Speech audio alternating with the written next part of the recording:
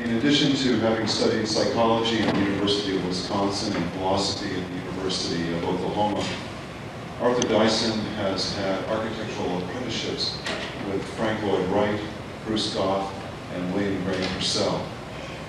He has taught design at the University of North Carolina in Charlotte, and currently he is teaching at the San Francisco Institute of Architecture.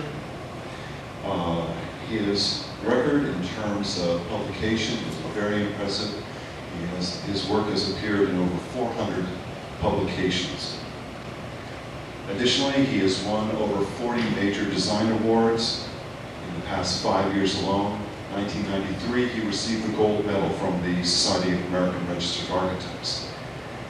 Additionally, he has lectured at over 40 universities around the country and has had his work displayed in over 50 museums around the world. I think most notably, the words of the president of the International Committee on Architectural Critics has said, "I consider Arthur Dyson one of the most significant architects of our time." I hope you'll take some time this evening after Arthur's talk. There's a wonderful book outside in the lobby that you'd be willing to part with for some compensation. He also is very interested in giving you his signature. But most of all, we're very pleased to have him here this evening, Arthur Dyson.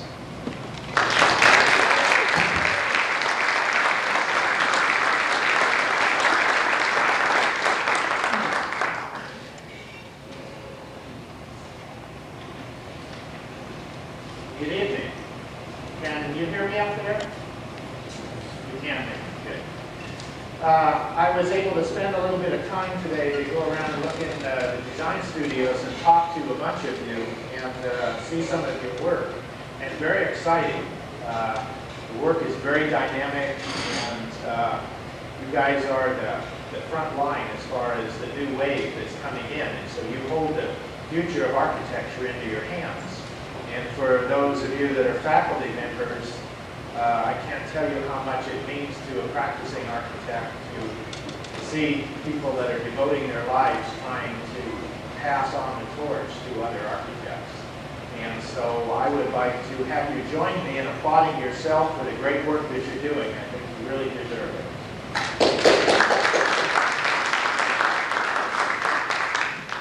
What I'd like to do is share a little bit of insights that might help you in some of your architectural journeys and maybe even throughout life. I've practiced for 35 years and learned something over that period of time. It hasn't all been easy, and maybe there are some things that I might say today that might help you get another look at architecture, maybe even from a different perspective. I would like to get through this fairly fast so that we have time to converse a little bit after this. What I'd like to do is kind of go over what I think that architecture is, talk a little bit about creativity, talk a little bit about programming and synthesis, show you some slides of our work, and maybe talk to you a little bit about your roles in architecture. I had some time this morning to go through the library, and I looked in about 5 dictionaries under the word architecture for a definition, and I found them all to be wrong. I found them to be wrong in the sense that architecture was described as a noun, and I think that that's a key thing. It's a key thing that maybe you can remember, that architecture is not an object. It's not a container for human beings. Architecture is a verb. It's something that you experience. And I think that if you get that notion into your minds, it will help you a little bit. Maybe understand what I'm talking about, maybe understand a little bit along the lines of some of the work that you're doing. And we've had conversations throughout the day with a number of different students here and some of the faculty. I think that a number of things that I'd like to pass on to you are key words that I think are important. They've certainly been important to me in my development in architecture. Certainly creativity is one of them. Romance is another one. Passion is another one. We all know these words, and we probably know them in different ways. Creativity is the one thing that really breathes life into art. I think most of you have heard of Frank Lloyd Wright. Frank Lloyd Wright was of Welsh ancestry, and in the late 50s, he made a trip to Wales, and they had a national holiday for him. Mr. Wright was a folk hero in Wales long before he was recognized in this country. And as this story goes, and this gives you an idea of what he thought of creativity and how important that was in his role. The Prince of Wales took Mr. Wright through a tour of Wales and showed him a number of the state buildings that were designed by this architect that the state had commissioned to do all of their buildings. And as the story goes, these buildings were well designed. They were nicely proportioned. They were well massed. They had a good sense of scale, but they were all doctrinaire. They were all eclectic. They were all copies of images from the past. They were false facades put on buildings that had modern-day functions. And they put Mr. Wright next to this old gentleman that designed these buildings. And at the time, Mr. Wright was almost 90 years old, and this old gentleman was about 75 years old. He made the mistake of asking Mr. Wright what he thought of his work. Mr. Wright put his arm around him and he said, "Well, son, did you know," he said, "we're both doing the Lord's work. The only difference is you're doing it your way, I'm doing it his." Now, when you think of imagination and creativity, that's the one thing that we all have that, again, breathes life into the work that we do. And as architects, we have such a huge palette to work with. We've got color and scale and form and pattern and rhythm and so many different elements, as opposed to somebody like a poor writer. The writer doesn't have anything to work with but a bunch of words. But I can put some words together on this board that would probably make some of you get up and leave the room. The way that you arrange words, the way that you use your creative energy, your imagination, gives composition to all of the arts.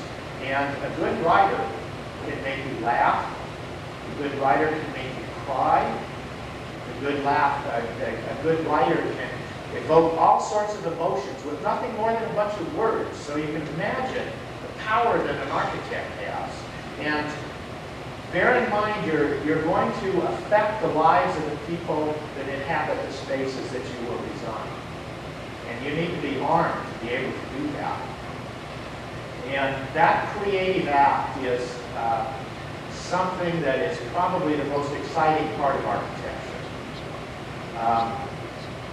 Native Americans call this area of creativity the land of the eagle, in that if you were to take all of man's collective knowledge and put that knowledge into a computer chip, and put that chip into the palm of your hand, then creativity starts from your fingertips out into infinity. And this is the land of the eagle. This is where the true creative artists work. And you grasp something that was never here before until you conceived of this idea and brought it back into man's knowledge and put it back into the palm of the hand. And then it's no longer of any interest to the real creative artist. So once you've done something, you want to go back out into this land of the eagle and search for new lands and new solutions.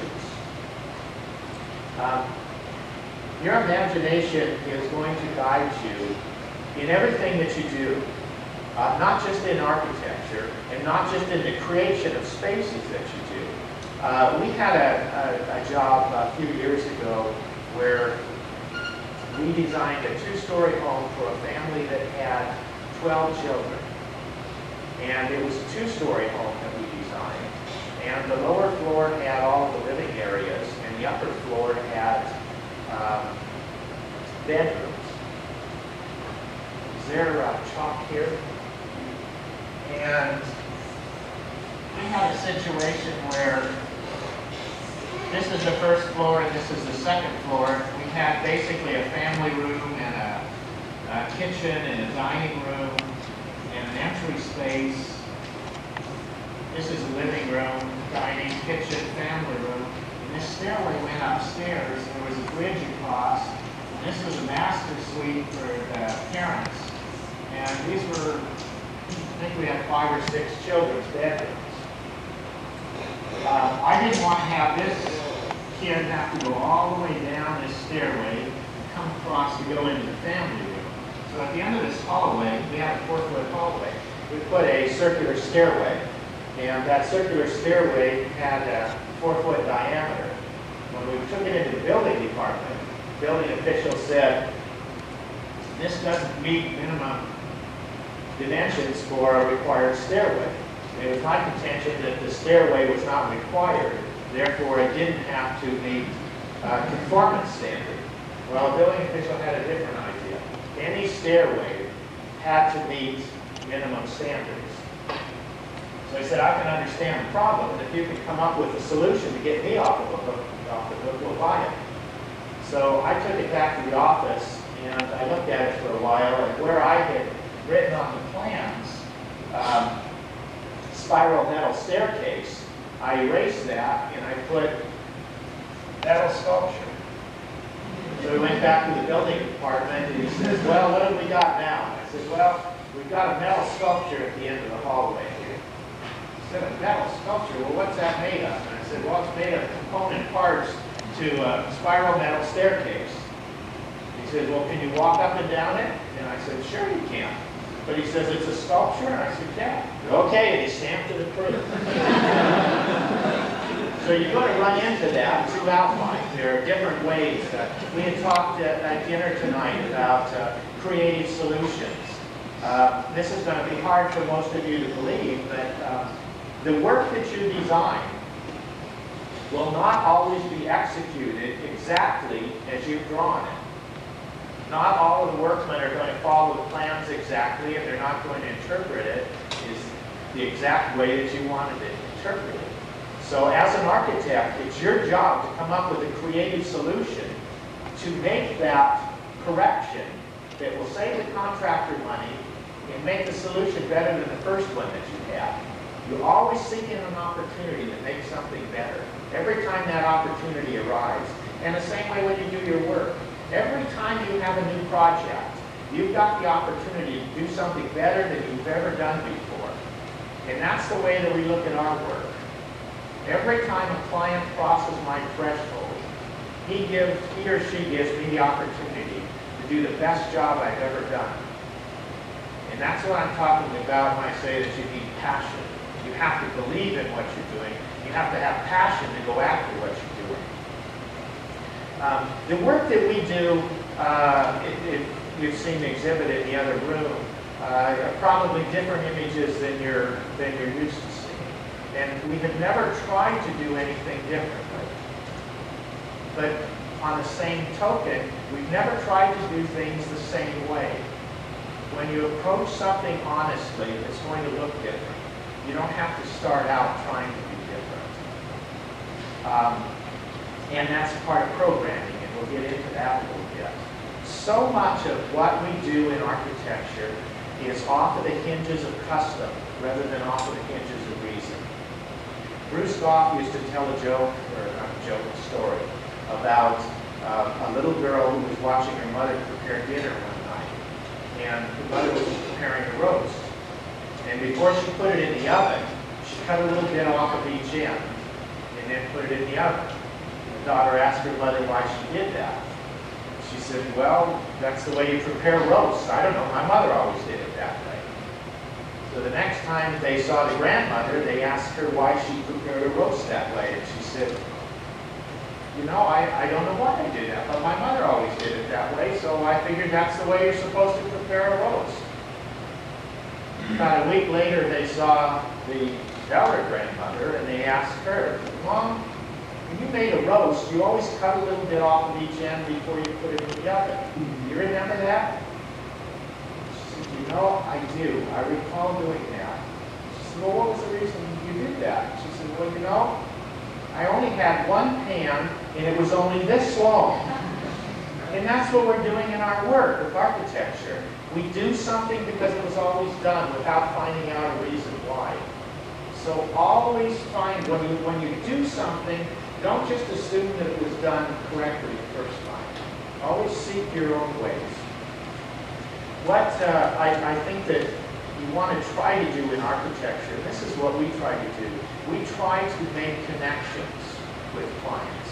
I'll interview a client maybe 12 times before we actually do any design work. You need to know the mythologies that people carry with them. We all have life experiences that mean a lot to us. And you need to know, if you're designing a home for somebody, you need to know what kind of a home they grew up in. You needed to know what room was a favorite room of a playmate that they had when they grew up. You needed to know if there was a favorite place in the house that they had. You need to know what kind of food they like. You need to know what kind of music they like. You need to know what kind of movies they like. Until you know all of these things, you're not ready to design something for anybody. Those connections are very important. They're primordial connections that we all have. Fire and rain. You need to know how that works on the human psyche. So what you're trying to do is you're trying to connect people to the thoughts of the heart. You're trying to find those strings that reach back to the hearts of your clients. Their patterns and rhythms. In art, whether it's music or painting or sculpture or dance or cinema, all of these arts have basic elements of composition. And these basic elements of composition are common to all of the arts. So if you have a client that likes a certain writer or likes a certain piece of music, find out those patterns and rhythms and give it to them in a three-dimensional form. That's where all of the inspiration comes from the work that we do. I was telling one of the students earlier on that if I thought that there was any one attribute that was most important for an architect to have, it's a good pair of ears. You need to listen. You need to observe. Both the client and the site. And all of them will reveal all of the things that you need to come up with a solution to the problem that you have. You need to be a detective. You need to seek out all of these different things.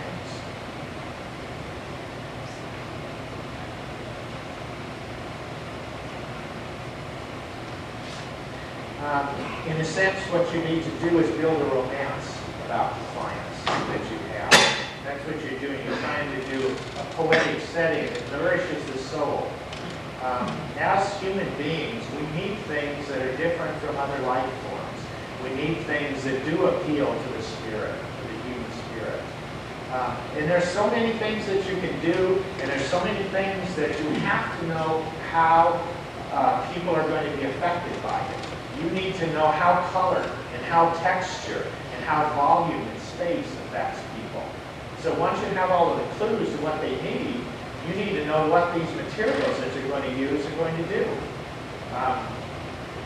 There's a university just north of here called Notre Dame that has a football team.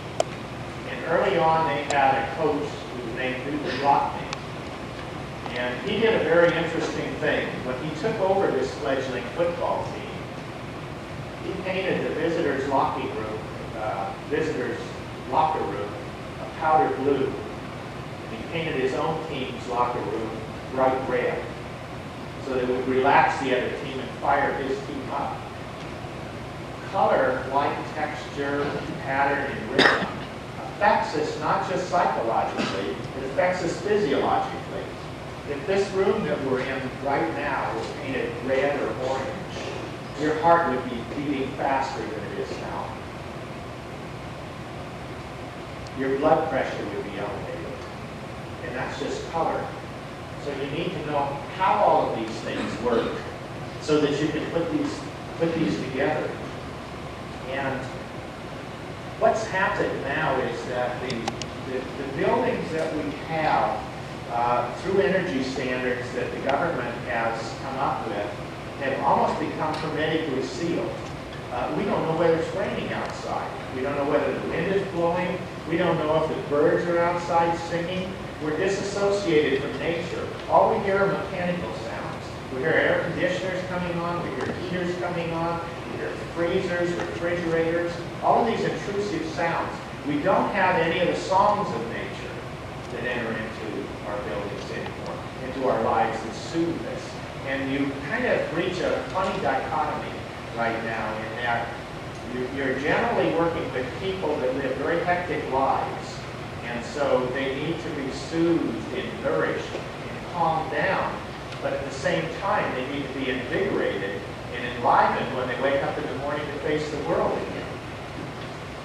So you need to find out as much as you can about how all of these things work and how your clients are going to react to these things.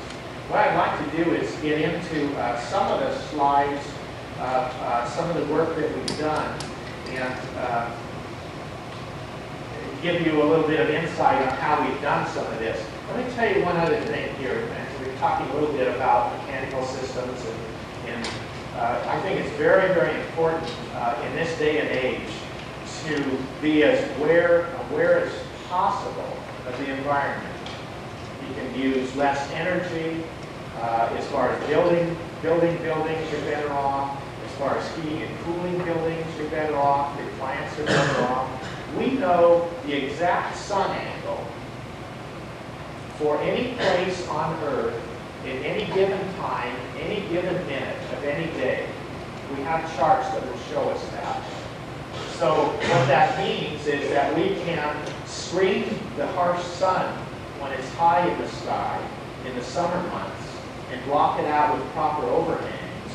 And with overhangs and clear stories, we can allow the sunlight to come into buildings to heat them in the winter. And those are important.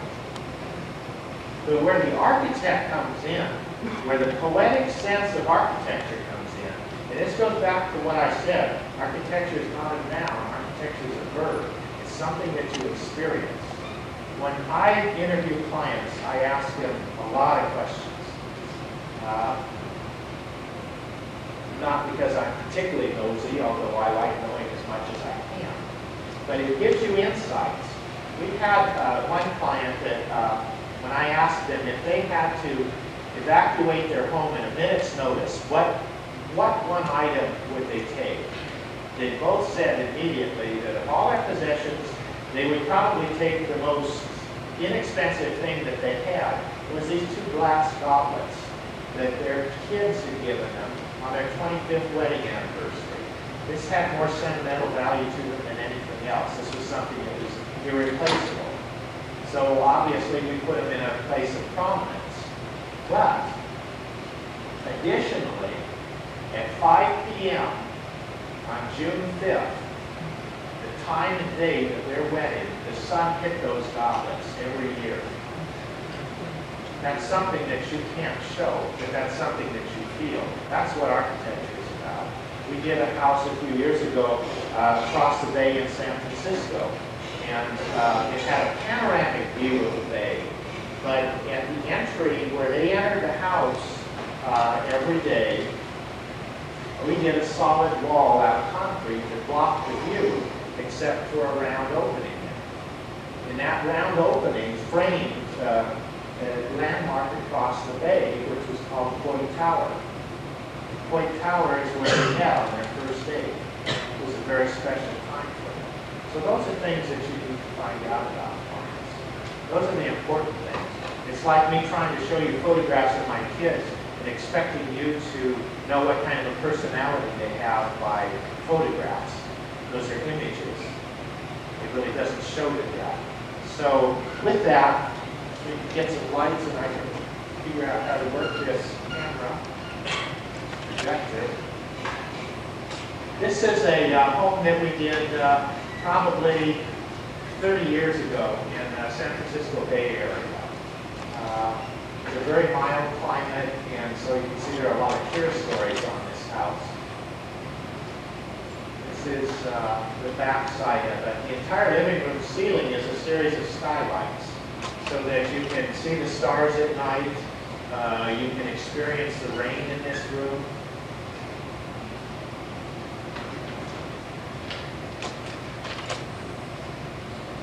This was interesting. This was the master bath, and we found these tiles at a new tile company, and these were seconds. And I was excited about the tiles because they were seconds because they had varying colors. But what I liked about them is they had different thicknesses, and I thought we were going to have this great texture on the wall. Well, they got this old German craftsman that took the extra time to tamp all these tiles in and put an extra heavy setting bed and got them all flat.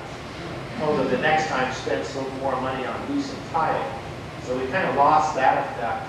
But at the same time, we were able to design pieces around the tiles using the same material. And we used a grab bar, and it's supposed to be a shampoo holder, but usually when I'm with the photographer, we stick wine bottles and wine glasses in there. This was also kind of interesting in the kitchen, and you can see on the left-hand side, the whole wall is glass, and we did kind of the opposite of what we normally do in the kitchen. And you put the working area in the center, and then you walk around it so we could have floor-to-ceiling glass for the view areas. This tile, they had 12 by 12 square floor tiles that they got in Tijuana, and they got these tiles for 9 cents each, but they were, well, for lack of a better term, they were kind of a baby butt paint. And this was not real attractive, and we took them outside and sprayed them with a walnut wood stain and gave them kind of a leathery look. So another home that we did about 20 years ago in Fresno. It's in a large subdivision. It's redwood and shingles.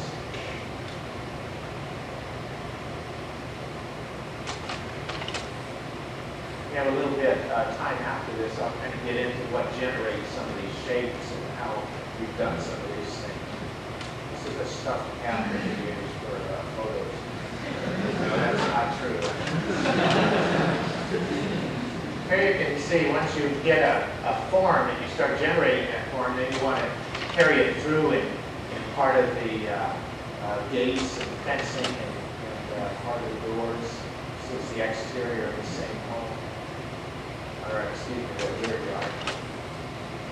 This is an office building. It's also about 20-25 years ago in central Fresno. It's redwood and has a copper roof. This is one of the prismatic windows in one of the executive offices. This is a south view, and it has solar screens that are removable. Solar screens are on now, and they're put up in the summertime and taken down in the winter. Part of the reception office. This is another house that we did probably 20 years ago. This is a post office about 18 years ago in the foothills of Central California. Same building. This is one of the first homes that we did in Fresno. And this is a home that we did about 15 years ago in Central California. Most of the work that you see is residential work.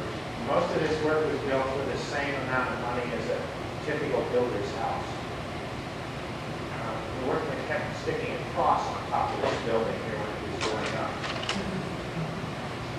This is one of the drawings that's in the other room.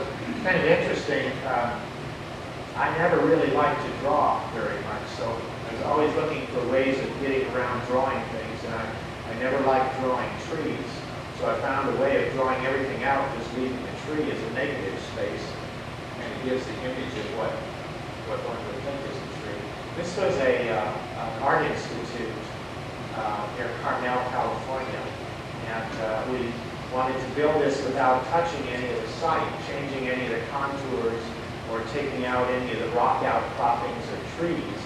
And these people had some bent steel channels that were given to them from aircraft construction.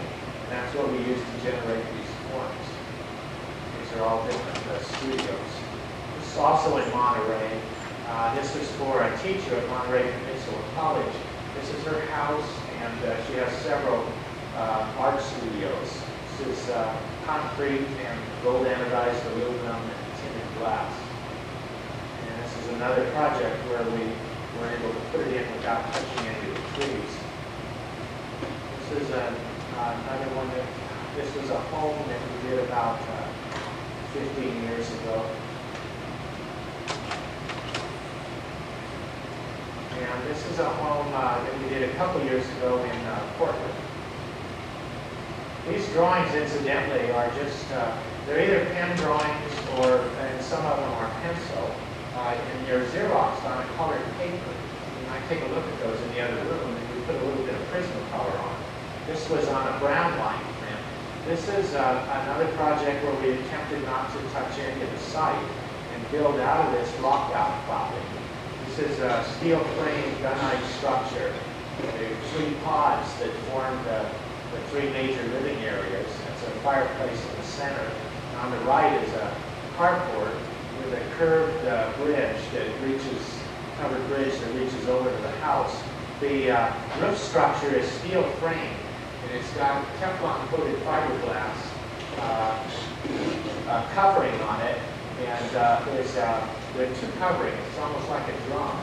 And what happens is that captures the heat, and the heat is circulated through the building for ventilation in the, or excuse me, not through the building, but around the building in the summertime, and that heat is captured in the winter and then thrown back throughout the house.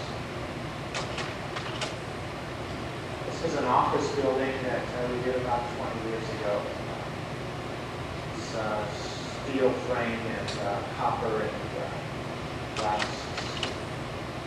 This house we're just about to start. It's in a coastal community in Cayucas in California. This is stucco and copper glass. For those of you that are students, if you look at this closely, you can see that there's very little color on here. I think this drawing is in the other room. It's almost just the medium of the paper, just a little bit of color that's put on it. And you can make several originals. This is probably the first thing that I did after I left Taliesin. This was an apartment building in Santa Monica on the coast. This was done in about 1959. It's concrete and copper and glass. A friend of mine did this rendering for me. He had never done architectural renderings. He usually painted seascapes. This was another project for Santa Monica on a piece of property that had very, very little building area. So what we did is cantilever these pods out over the sloped area to give us enough area to build on. It's an observation tower on the center left, and the center right is a solar collector for water here. And this is a restaurant that we did for Fresno. It's stucco and glue laminated beams and copper sheathing.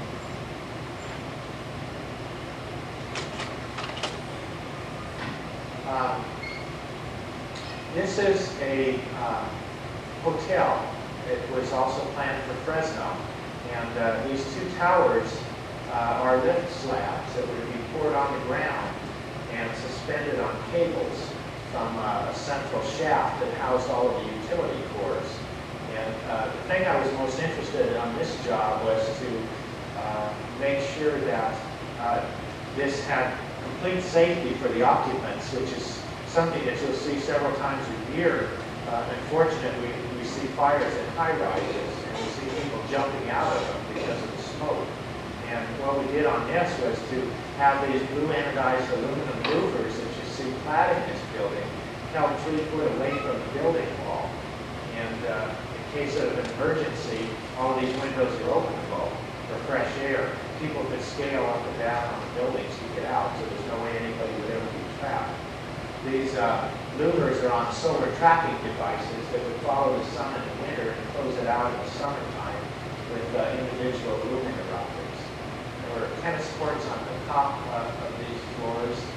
And the part that you see on the right is just a fire escape. Well, that's the architecture penthouse, of course. And the lower part is a glass atrium with shops.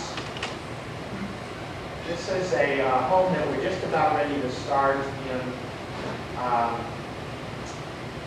Eureka, Montana, right on the Canadian-Idaho border. And this is a little cabin for Madera County, California. This was a home we did about 10 years ago for Foothill area around Fresno. This was a children's center that we did for one of the outlying communities in Fresno. Very, very low budget job. This is a farmhouse that we did just outside of Fresno, right in the middle of a grape vineyard.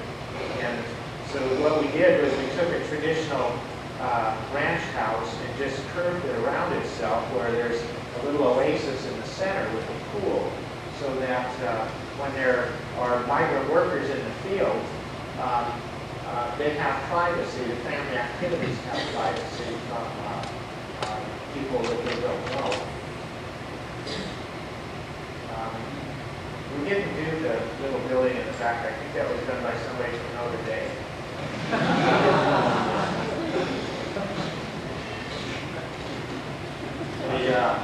Our client is actually out in the field, and I used to point out that if you look closely, you can see that he's really a farmer who's outstanding in his field.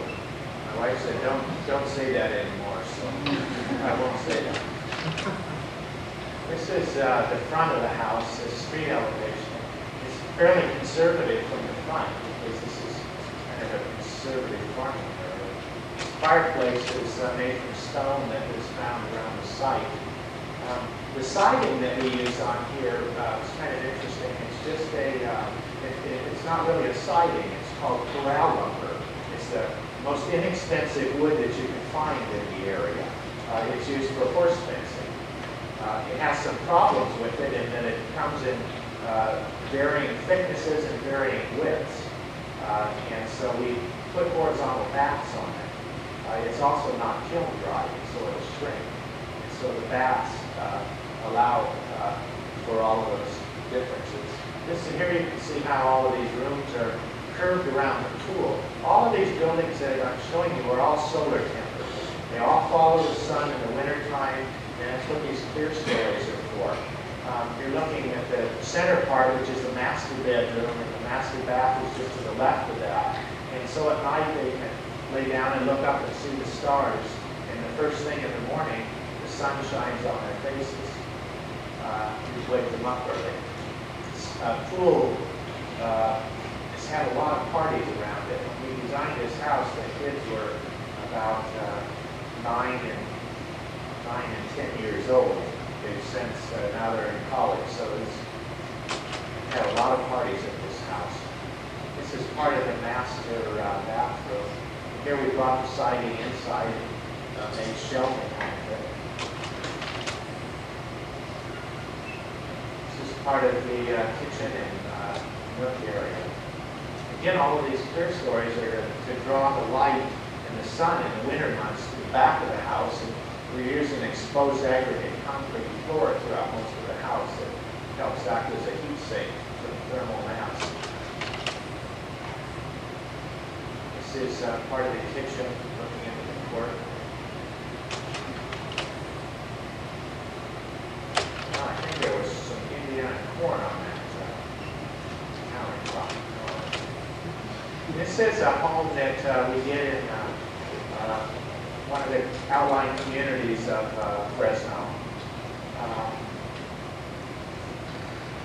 These people originally came in wanting an A-frame home, but they didn't know what to do with all of this special, all of this extra building space that they had on top of it.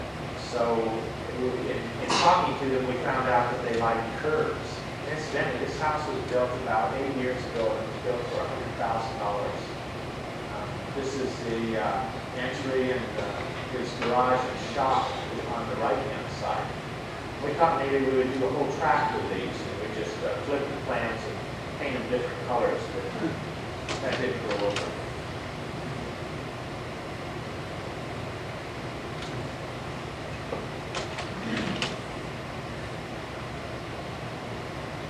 This was fun to do, and what you try to do is work with a lot of the different people on the job.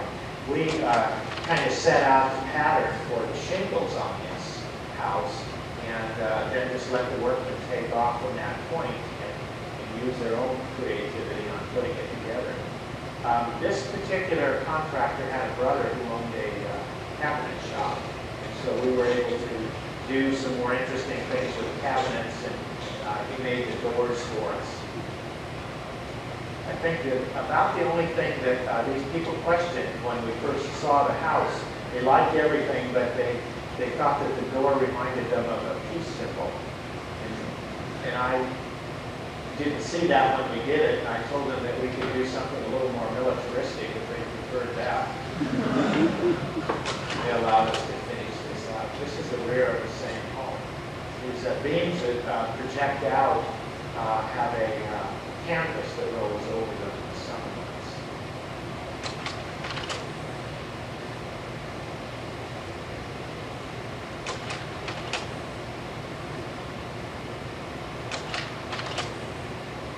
This is the inside. It's very simple, very, very simple palette, although we were able to do some more interesting things with the cabinets.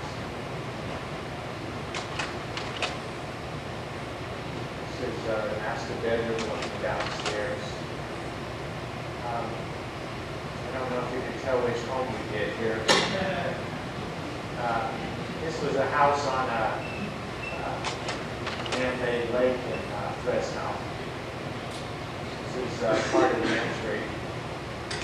Again, you can see some of the forms, and then we start generating them into light fixtures and doors and gates. And these doors are made by the workmen on the job. We did kind of an interesting thing here, and that you can see the balcony that they have out here. Probably should have pointed it out when we had that aerial view. They weren't sure that they wanted a balcony because no one else in the subdivision ever used their balconies. And the reason they never used them is because they were all wrought iron, and so in essence you were on stage when you were on your balcony. And I told them that we could do a balcony that would provide them protection, so if they wanted, we could walk around in shorts or underwear, whatever they wanted to do, and we could really screen out the land mass. So actually when you're up on this depth, you don't see any of the land. It's almost gives you the appearance that you're on the water.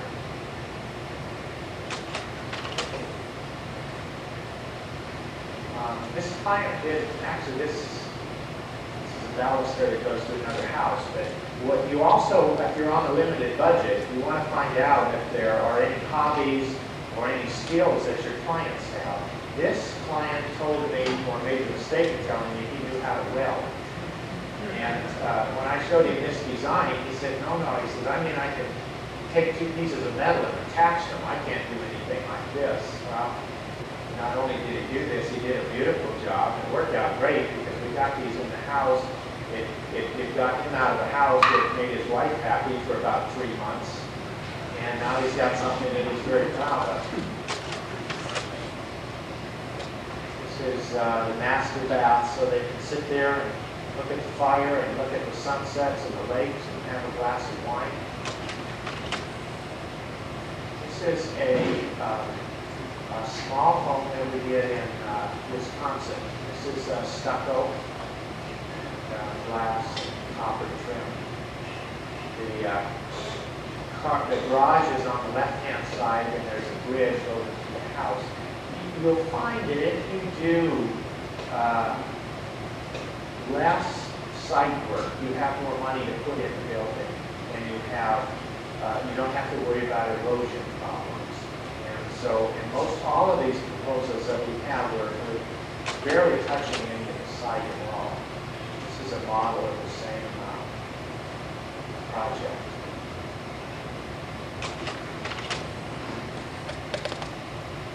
I think Matt and Tracy Ellis helped us on this one.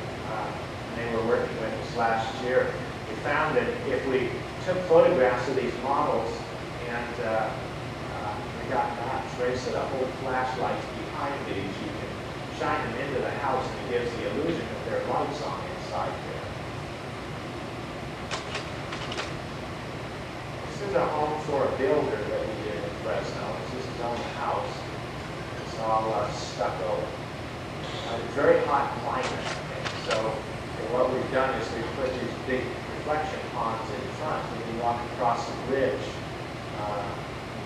to get into the house.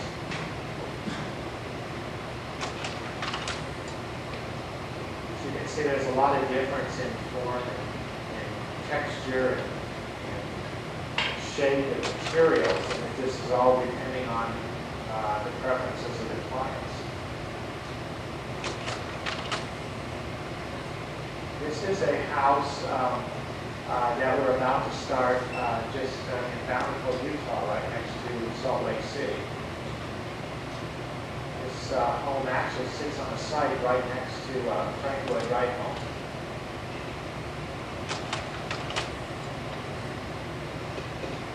And I think Matt Trace also made this model for us. This is a contractor's office in Fresno using galvanized iron, glass and steel pipe.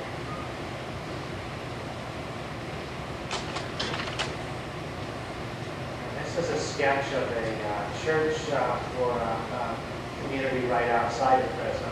It's a very fast sketch. This was a pencil sketch that was done in 5 or 10 minutes and Xeroxed on colored paper and then has Prismacolor on it. The nice thing about this technique is you can print it on different color paper to make a daytime presentation without drawing it again. This is a model of the same church. This is a different scheme.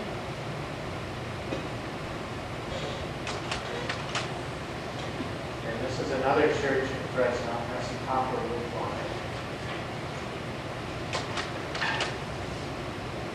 And this is a church, Japanese Christian church that was just finished in Clovis, California. I think Matt and Tracy also took these photographs. They're very talented people at this school. This is kind of has a metal roof and it's all white stucco. Very, very low budget job. This is a house that's just finishing in Fresno on an unbuildable site. And this client also liked the wood siding that we used on other jobs. And wood has gotten so expensive that we needed to look for alternative materials. And here we found that we could get rolls of copper for less money than the cheapest plywood that we could find. Now all of these seams will get backs on them. And the upper part that you see open has backs extending out there with glass in them. This house is just finishing up. These were taken about 2 months ago.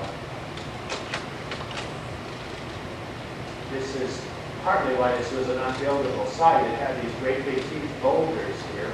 And so we just let them come in the house and we just built around them. So they're in there guarding the living room. The kitchen cabinets just scribe around them. Is that in focus? It might be out of focus. This is a house that we also just got a permit on in Atascadero, California. Just about to start on that.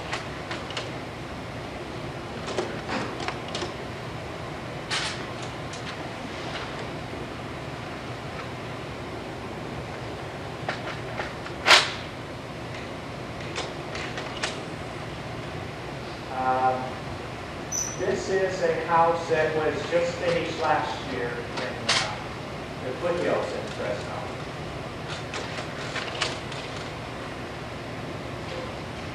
This has a rolled roofing and copper backs over the rolled roofing. It has some copper siding, some wood siding. This is a house that was done about 2 years ago in Minnesota.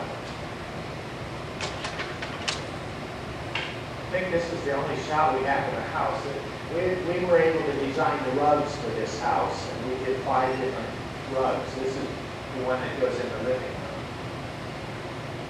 And they found a source that in the Orient they made these things for a very reasonable cost. This is another house that was just finished in Fresno. This is stucco, and the fascias that you see are they're not cork tin, they're just mild steel that we just let rust. The center shaft, the pipe that you see go up in the center, is a device that we've used things like this recently. It's a solar chimney. The sun heats this in the summertime, warms it up, and creates a vacuum. And it sucks the warm air out of the house. And we've got pools in the front and a pool in the back. And the windows can be opened by the pool, and it pulls the cool air in from the outside at that point.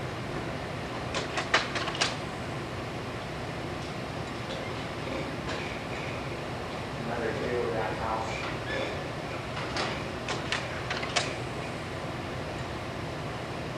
There's the bath. There's the library. This is a house that we did in Hawaii. We'll back on this, but these people wanted a very traditional Hawaiian house. And traditional Hawaiian houses to them were houses that had a balcony that went all the way around the house on all sides, generally all 4 sides, and this one only had 3 sides each. But that porch does the same thing. It goes around, so it gave them the feeling that they were wanting. So a lot of times people aren't just looking for images from the past, they're looking for a certain feeling. And if you question them a little bit further, you can find some of those things out. This is a drawing for a house in Hana, Maui. And I think there are 2 drawings of this in the other room, just to give you an idea how you can change color of paper and get a different drawing. This one is partly under construction at this time. Interesting thing here is that you can't see much of it here, but there is quite a bit of stone on the site. And this client wanted to do the stone work himself, and he had no masonry skills at all. And there's stone laying all over this site, so the stone is free. And I didn't want to try to lay this stone up in a regular manner because I knew that he wouldn't do a job that looked right.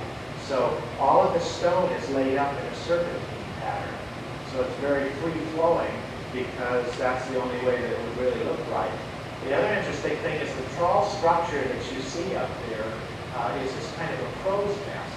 And in talking to him and asking him the favorite part of the site, he used to climb up in a mango tree and sit up there because he liked that view, and he just liked looking up there. And so that's what we thought it might be more comfortable than sitting in a mango tree.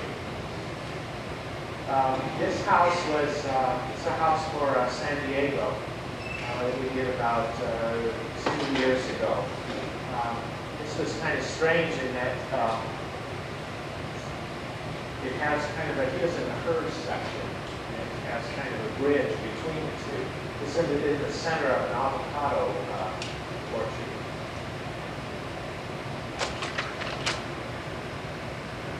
And this is the model. You can see the 2 wings and the bridge.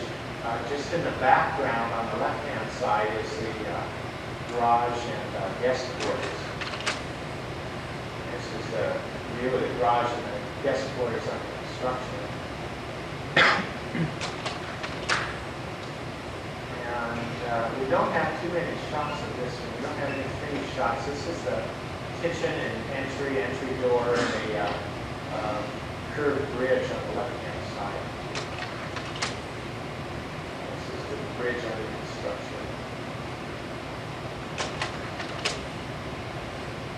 And this little house was built in Richland Center, Wisconsin. And we had a budget of $45,000 on this house. We brought it in on budget. That's the garage that you see on the top. The lower part is a house. It's a 1,200 square foot, one bedroom, one bath house.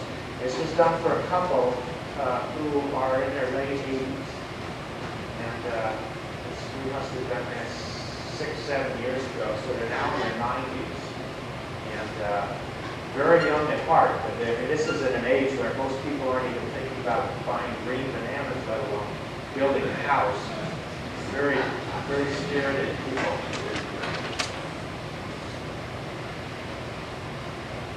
This is something that I just noticed about a year ago, in that these little weeds that you see in the foreground have these kind of little round seed pods on them. And I didn't notice those, although I know someday an architectural historian is going to say this is where we got the inspiration for some of the detail on the house. You can see on the beam ends here, I never noticed those weeds, or I didn't consciously notice those. This fellow was we've had a lot of clients that were architecture students. And he was an architectural student, went into another field. And so he allowed us to do some more expressive things. Because of their age, this has a radiant heated floor, so they can stand there in their stocking feet and watch the snowstorm and be very comfortable.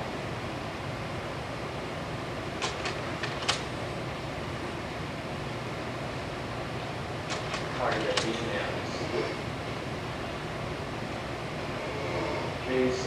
That ball that you see in the center is a float for a cattle feeding trough. It's a standard item that you can get in a hardware store. It's copper. And the other balls that you see, we had custom made. They cost $1,500 each. They're solid copper. Now, actually, that's not true. There's a 99-cent toilet float you can find in a hardware store. I thought that gave it a very flush look.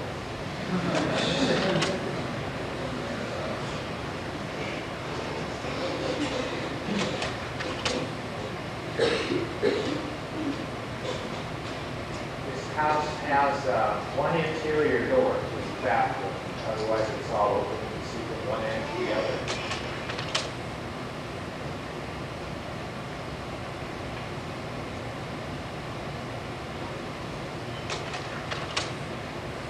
And this is a house that we did a few years ago just outside of Fresno.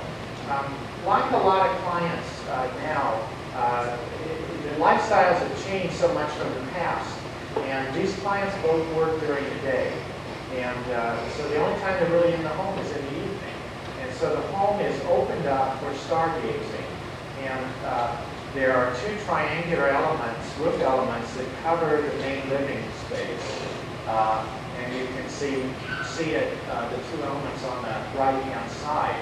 And they're separated by a space with a skylight, again for stargazing. But you have that hot valley sun beating down in there. So these little spiky guys that you see running down the center are sunshades that provide screening for that.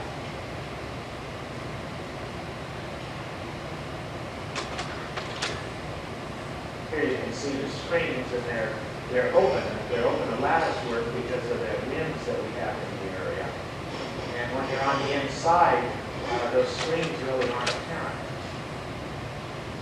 This is the entry. This home also had a very restricted budget, and we used rolled roofing on this, which is what you normally put on barns and sheds.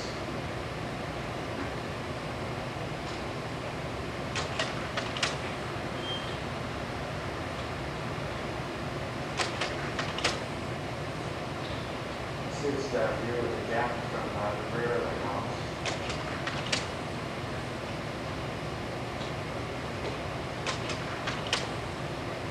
This is one of the light fixtures that we made to go in here. You can see how the baths work on the siding. We used 2x2 baths, and we cut them on a diagonal. It's part of the dining room and the kitchen.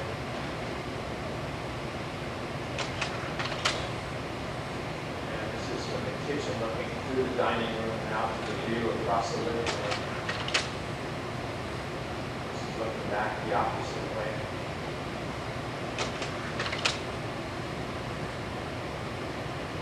This guy was on the site, this rock, so we just picked him up and put him inside the house. He just sits there in the living room. You can kind of see here where we try to use, with lighting, we try to use up lighting and down lighting and lighting in different ways to create more interest. Part of the trellis that runs through to help moderate the scale in the house. This is part of the skylight that runs down the center.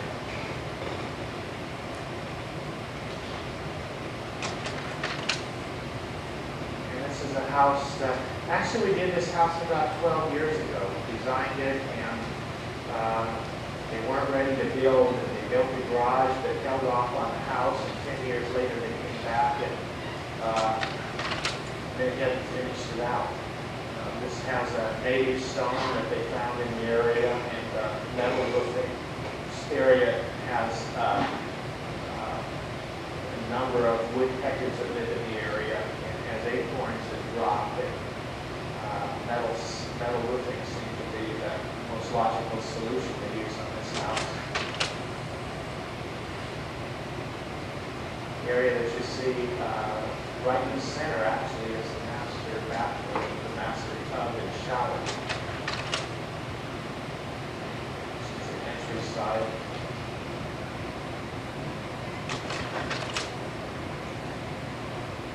This is the entry with the entry doors.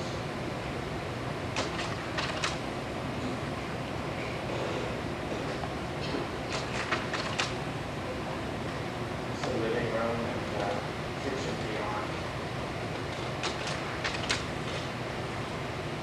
Kitchen.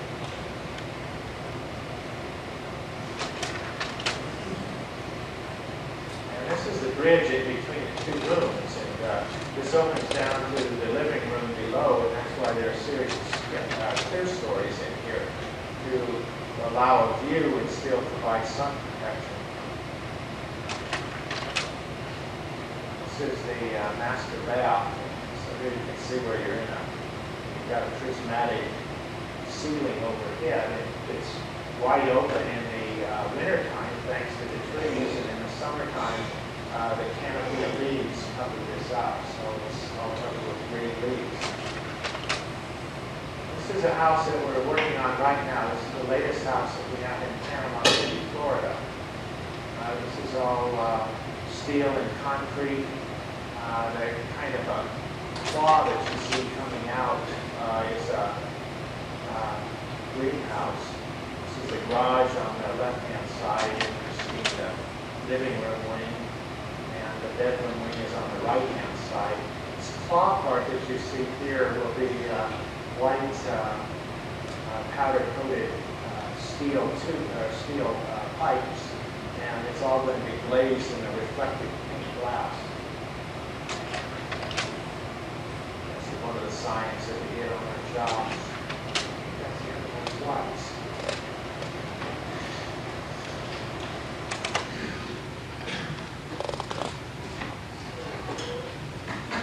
So,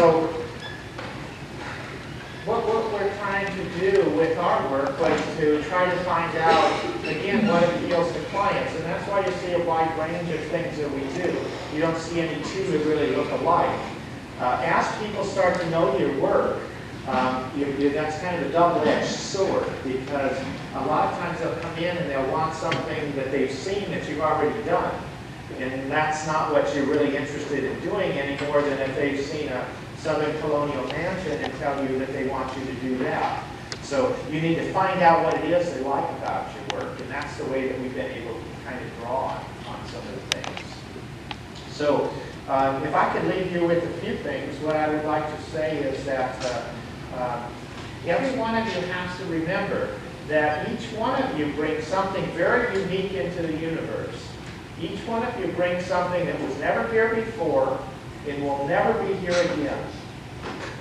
And you have a talent, and you have all of these intuitive feelings within you that you will either choose to share with the rest of the world, or you'll take them to your grave with you. And with the work that you do, you will either choose to do great work, or you'll choose to do mediocre work. That's all up to you.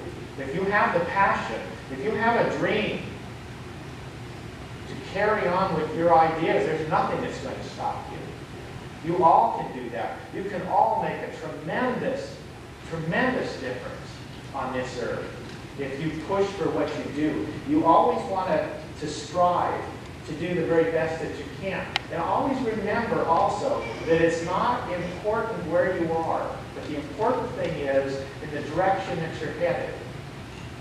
Always want to make sure that you're making progress in the right way. So I would encourage you always to do that. Do whatever you do with a passion. And always take time to look at the beauty around you. Learn from nature. And see the beauty of yourselves and each other. And always strive for the best. So I want to thank you for sharing your evening with me. And I imagine we'll open it up to questions here. There are no questions. Oh my gosh. You know, that was a funny thing.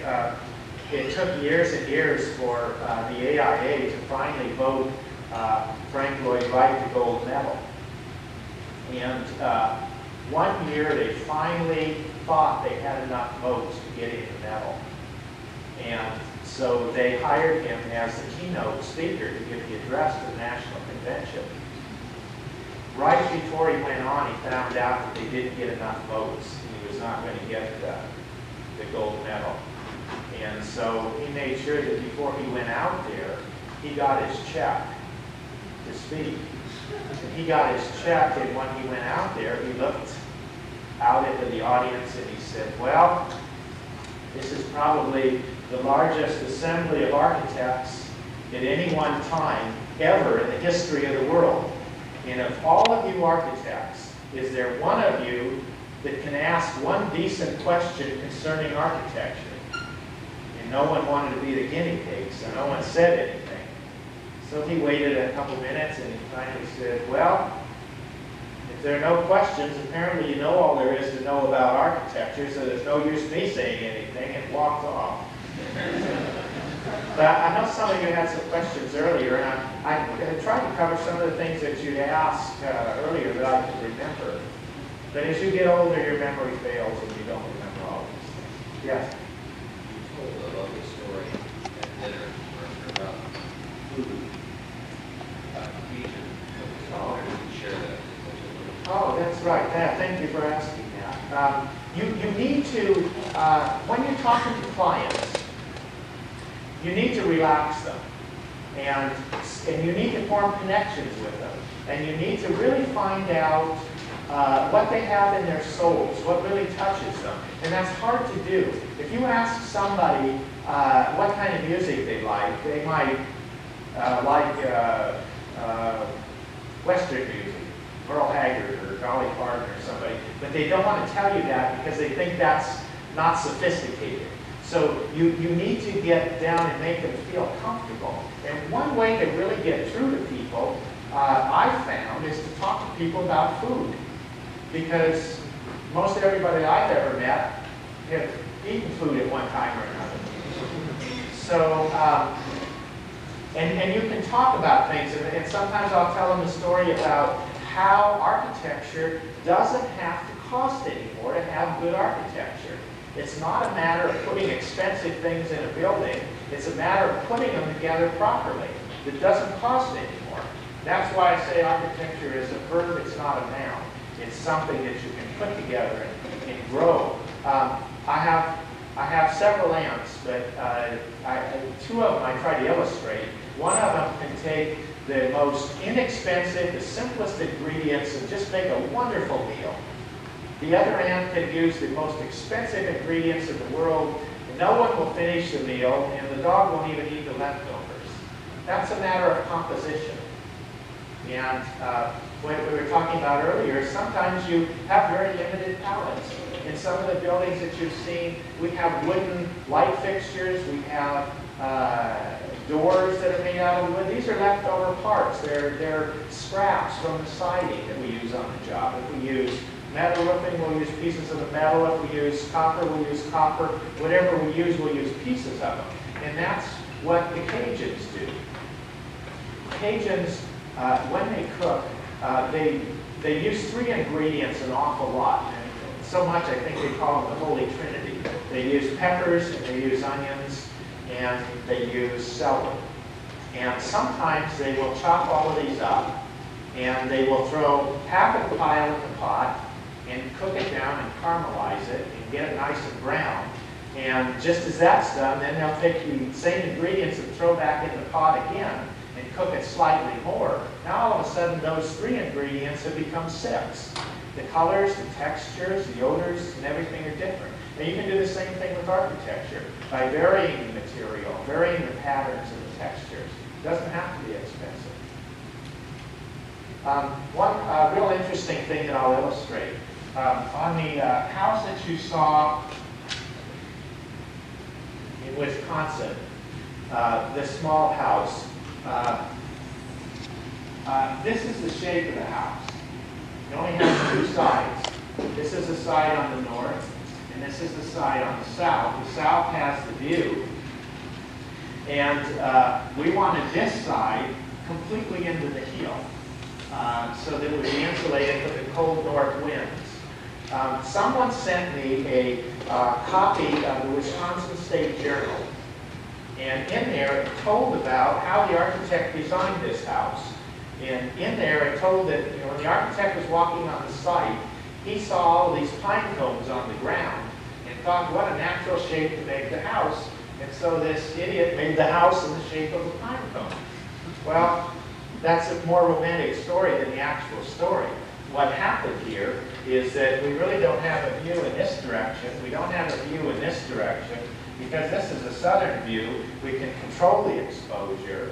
So it generated really 2 sides. But more than anything else, what generated this shape is just principle of statics, where we have a hill like this. We cut this part of the hill, put it over here, made this a terrace, put the house in this direction, and we've got a retaining wall here.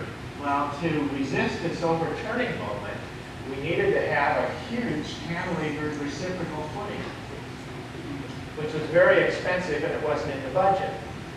So I had a structures teacher named Mendel Blickman. Mendel did the engineering on the Guggenheim Museum and did almost all of the rights work. And Mendel was real heavy in the statics. And so I'm trying to think of what Mendel would do in a situation like this. And you've got this overturning moment with this huge footing. If you don't have that footing, this thing is going to fall over. But if you curve the wall, it's going to hold itself up just by pure statics of the shape. So what generated the shape wasn't a pine cone on the ground, but by making this shape structurally sound, it took this overturning moment and reduced it down into nothing more than a vertical load. And so this footing now became, instead of 7 foot wide, it became 18 inches wide. So we did that for economics really more than anything else. We have another one that we did that we were talking about at dinner, where we had a situation where we had a flat vineyard and we wanted to create some interest. And so we dug out a portion of this dirt, piled some of it over here, and put trees and natural grasses and wildflowers on this side, put the house over here, and took the rest of this dirt and put it over here on the north side. We had the same situation where we had an overturning moment, but what we did is we put this wall in repose. We took the concrete block and we stacked it so that it was leaning into the wall at the same angle of incidence as the pressure to overturn the wall. So again, we got rid of that. So much of what we do is not trying to be different, but just trying to be rational and most logical. So all of the solutions for everything you do are right there in front of you, and they won't look like something else. So if you want your work to look different, just be honest. You don't have to strive to be different. The other thing that I wanted to say is that the project that was due Friday is now due Wednesday instead. Well, thank you very much for sharing your evening, and keep up the